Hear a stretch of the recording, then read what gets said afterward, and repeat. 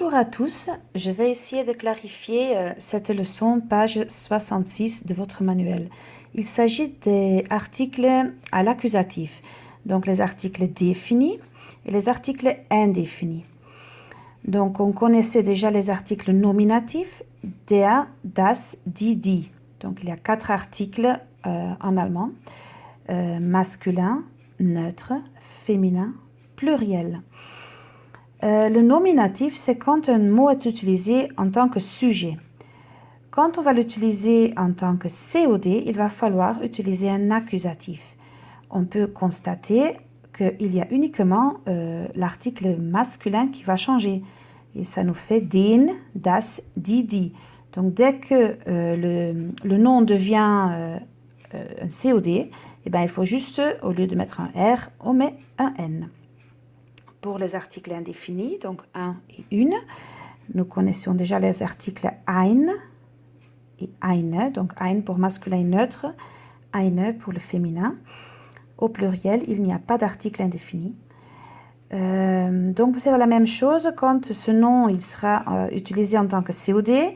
Il y a uniquement l'article au masculin qui va un petit peu changer et qui prend un N ou donc dans ce cas UN. Ce qui fait einen au lieu de ein. Le neutre féminin et le pluriel ne changent pas. Donc pour expliquer cet exercice à côté, il faut donc utiliser un article à l'accusatif, donc en COD.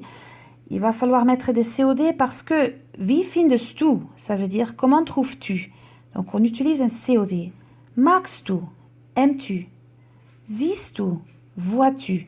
Ce sont des verbes avec lesquels on va utiliser un COD. Donc, on nous demande un article défini. Évidemment, il faut connaître le genre des mots pour connaître l'article qu'on va utiliser. Mais le genre, on va le voir ici. Wie findest du Hund? Comment trouves-tu le chien? Er ist süß. Il est mignon. Alors, er, c'est un pronom personnel masculin. Du coup, on sait que Hund, c'est un nom masculin.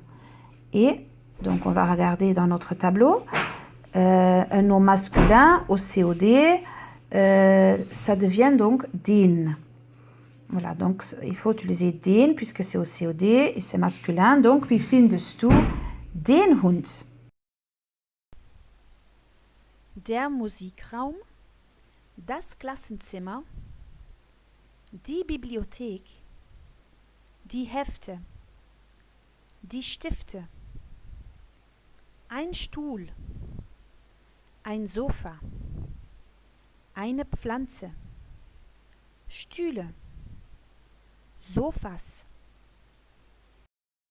Ici un petit rappel des pronoms personnels. Donc er, sie, es, les pronoms personnels à la troisième personne au singulier. Er masculin, sie féminin et es neutre.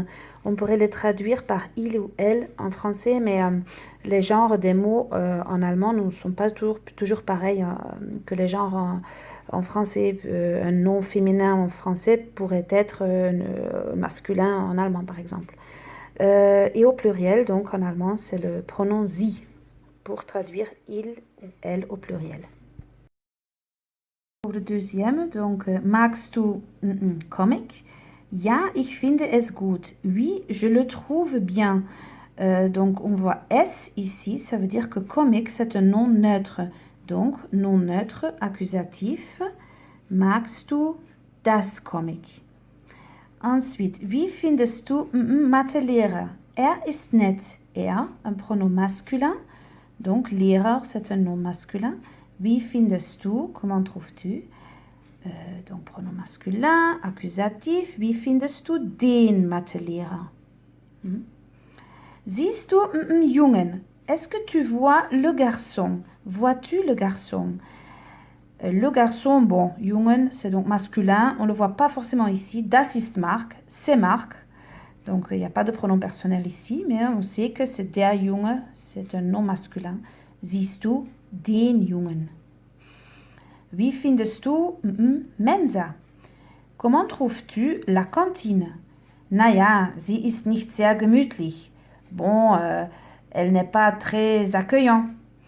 Donc, sie, Pronom personnel féminin. Wie findest du